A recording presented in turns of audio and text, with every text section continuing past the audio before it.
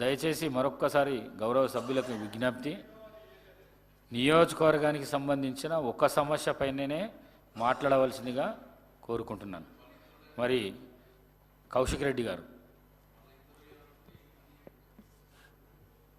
మీరు ఇయ్యలేరు, మేము ఇస్తాం. మొట్టమొదటిసారి అసెంబ్లీలో మాట్లాడే అవకాశం ఇచ్చిన మీకు మరియు నేను అసెంబ్లీకి రావడానికి కారణమైన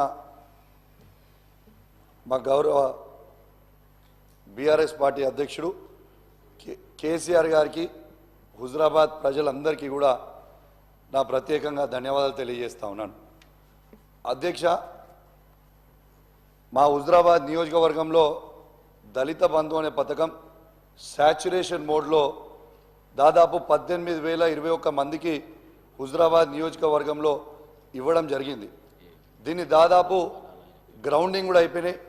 కానీ రెండో విడత దళిత బంధు అనేది ఆపుతా ఉన్నారు అధ్యక్ష.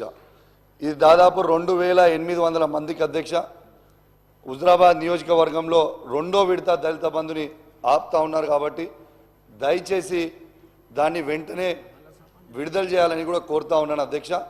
ఇవి ఈ 2,800 మందికి రెండో విడత దాదాపు 5 లక్షల రూపాయల దాకా రావాలి అధ్యక్ష.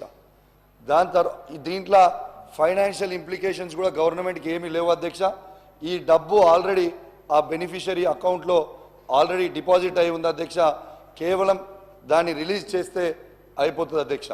దాంతోపాటు దాదాపు 50,000 నుంచి ₹1,00,000 వరకు దాదాపు ఒక 3,000 మంది వరకు రావాల్సింది ఉంది అధ్యక్ష.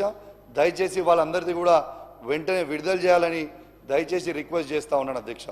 ఎందుకంటే నిన్నగాక మొన్న ఈ రెండో విడత రాదేమో అని ఒక ఆందోళనతోని ఒక పేద దళితుడు శ్రీనివాస్ అని అమలా అని ఇద్దరు ఆత్మహత్య ప్రయత్నం చేశారు అధ్యక్ష. దయచేసి ఆ డబ్బు వాళ్ళ అకౌంట్లో ఉంది కాబట్టి దయచేసి అది వెంటనే విడుదల చేయాలి అధ్యక్ష.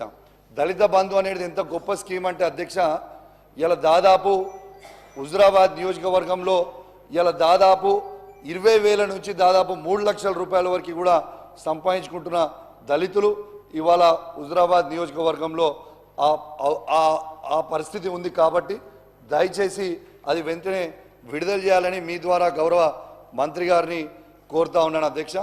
అదేవిధంగా అధ్యక్ష, హుజురాబాద్లో హాస్పిటల్లో 100 బెడెడ్ హాస్పిటల్లో ఐసీయూ కూడా మొత్తం అయిపోయి ఉంది అధ్యక్ష. దయచేసి దాన్ని కూడా వెంటనే ఓపెన్ చేపిస్తే సరిపోతుంది అధ్యక్ష. దీంట్లో ఫైనాన్షియల్ ఇంప్లికేషన్స్ కూడా ఏమీ లేవు, ఓపెన్ చేస్తే అయిపోతుంది అధ్యక్ష.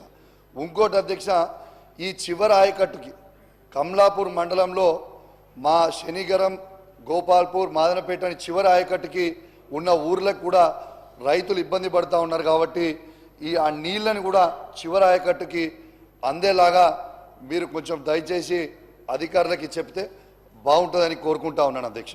అధ్యక్ష, దీంతో పాటు అధ్యక్ష, ఒక యువకునిగా, ఒక యువ శాసనసభ్యునిగా యువత పక్షాన ఒక చిన్న అడుగుదామని మీ ద్వారా క్లారిటీ తీసుకుందామని అడుగుదామని అనుకుంటా ఉన్నాను అధ్యక్ష.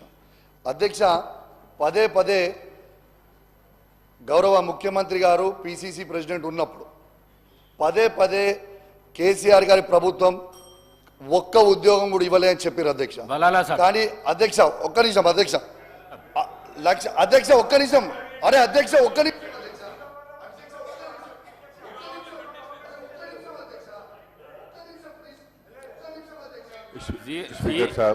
బలాల సాబ్ 1 మినిట్. బలాల సాబ్ 0 అవర్ల కాన్స్టిట్యున్సీకి సంబంధించిన సమస్య చెప్పండి.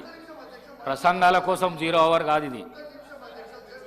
మాట్లాడు అధ్యక్ష. 1 మినిట్. ప్రతిదానికి లేవకండి మీరు దయచేసి. అధ్యక్ష, గౌరవ ఆ రోజు తెలంగాణ తొలి ముఖ్యమంత్రి అయిన కేసీఆర్ గారు 1,60,083 ఉద్యోగాలు ఇచ్చింది కూడా యావత్ తెలంగాణ ప్రజలకి, తెలంగాణ యువతకు కూడా ఈ అసెంబ్లీ ద్వారా తెలియజేస్తా ఉన్నాను.